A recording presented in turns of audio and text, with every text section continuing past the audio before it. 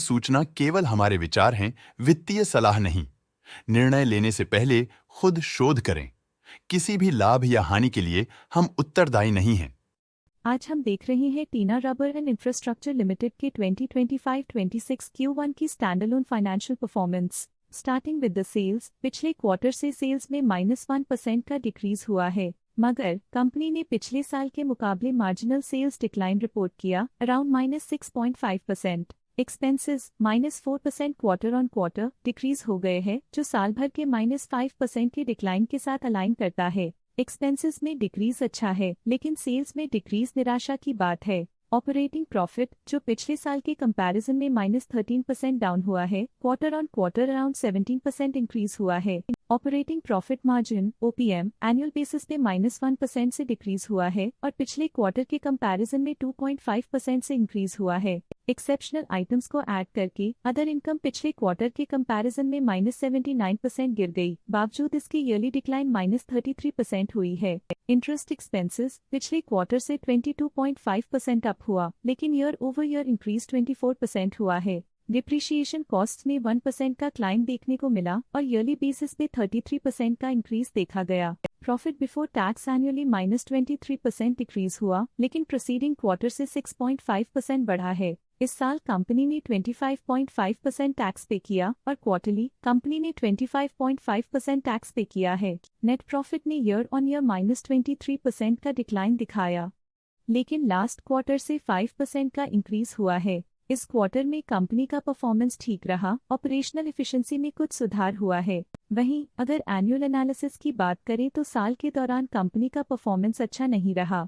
Negative net profit का मतलब है कि कंपनी प्रॉफिट के कंपैरिजन में नुकसान उठा रही है। अर्निंग्स पर शेयर (EPS) में ईयरली -23% का डिक्रीज देखा गया, लेकिन क्वार्टरली में 5% की बढ़ोतरी भी नजर आई। इस क्वार्टर में कंपनी का EPS ठीक रहा, ऑपरेशनल एफिशिएंसी में कुछ सुधार हुआ। टीना रबर एंड इंफ्रास्ट्रक्चर लिमिटेड के फाइनेंशियल स्नैपशॉट को रिव्यू करते हुए कुछ मुख्य ट्रेंड्स सामने आए हैं, जो कंपनी की परफॉर्मेंस पे रोशनी डालते हैं। जून 2022 से जून 2025 तक टीना रबर एंड इंफ्रास्ट्रक्चर लिमिटेड की फाइनेंशियल जर्नी में सबसे पहले बात करते हैं सेल्स की। इस साल सेल्स में 18% की वृद्धि हुई है और पिछले 4 सालों में 84% की वृद्धि हुई है, जो एक निरंतर अपवर्ड ट्रेंड को दर्शाता है। पिछले 3 साल से सेल्स लगातार बढ़ती जा रही है, जो मार्केट एक्सपेंशन और कंज्यूमर डिमांड में वृद्धि को दर्शाता है। अब बात करते हैं एक्सपेंसेस की। इस साल एक्सपेंसेस 24.5% बढ़े हैं और 4 सालों में 88% का इजाफा हुआ है। इस साल हालांकि एक्सपेंसेस सेल्स से थोड़ा ज्यादा बढ़े हैं, मगर ग्रोथ रेट्स का करीब होना स्टेडी ऑपरेशनल कॉस्ट को दर्शाता है।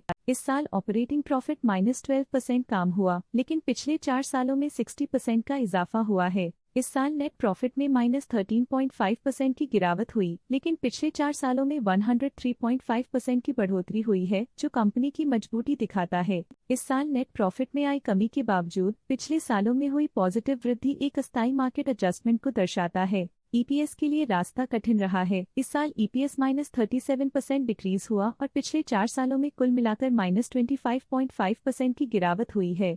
इस साल EPS में कमी आने के बावजूद पिछले सालों की ग्रोथ कंपनी की मजबूत ओवरऑल परफॉर्मेंस को अंडरलाइन करती है। चलिए अब बात करते हैं शेयर होल्डिंग पैटर्न की। टीना रबर एंड इंफ्रास्ट्रक्चर की शेयर होल्डिंग रिपोर्ट्स कुछ इस प्रकार की हैं, जो अननोन 2025 के तक चलता है। ये रिपोर्ट कंपनी के शेयर्स की डिटेल्ड जानकारी देता है, जिसमें promoters, promoter groups, foreign investors, public investors और सरकारी एंटिटीज शामिल हैं। ये था कंपनी का करंट शेयर होल्डिंग पैटर्न। आज के लिए फाइनेंशियल सेक्टर में इतना ही। देखने के लिए धन्यवाद। स्टॉक लेटेस्ट न्यूज अपडेट के लिए चैनल को सब्सक्राइब करें और वीडियो को लाइक एंड शेयर करें।